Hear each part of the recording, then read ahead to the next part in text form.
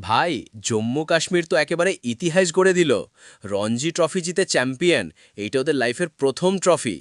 পারাস ডগরা আর আকিব নাভি যা খেললো, এক কথায় আগুন পারফরমেন্স। ভাবো তো, কোয়ার্টার ফাইনালে এমপিকে ওদের বাড়িতেই হারালো, সেমিফাইনালে বাংলাকে আমাদের মাঠেই হারালো, আর ফাইনালে কর্ণাটকাকে ওদের ঘরেই হারিয়ে কাপ তুলে নিল। ভাই, এইটাই তো রিয়েল ডমিনেশন। ২৫ বছর ধরে ফার্স্ট ক্লাস ক্রিকেটে ঘাম ঝরানোর পর ক্যাপ্টেন পারাস ডোগরার হাতে শেষমেশ কাপ উঠল। এইটা সত্যিই ইমোশনাল মোমেন্ট। আর আকিব নাভির কথা বলতেই হবে। কোয়ার্টার আর সেমিতে ম্যাচের সেরা, ফাইনালের পর পুরো টুর্নামেন্টের সেরা। ৬০টা উইকেট, অ্যাভারেজ মাত্র ১২.৫৭, স্ট্রাইক রেট ২৮.৪৩। ভাই, এইটা তো দানবীয় ফিগার।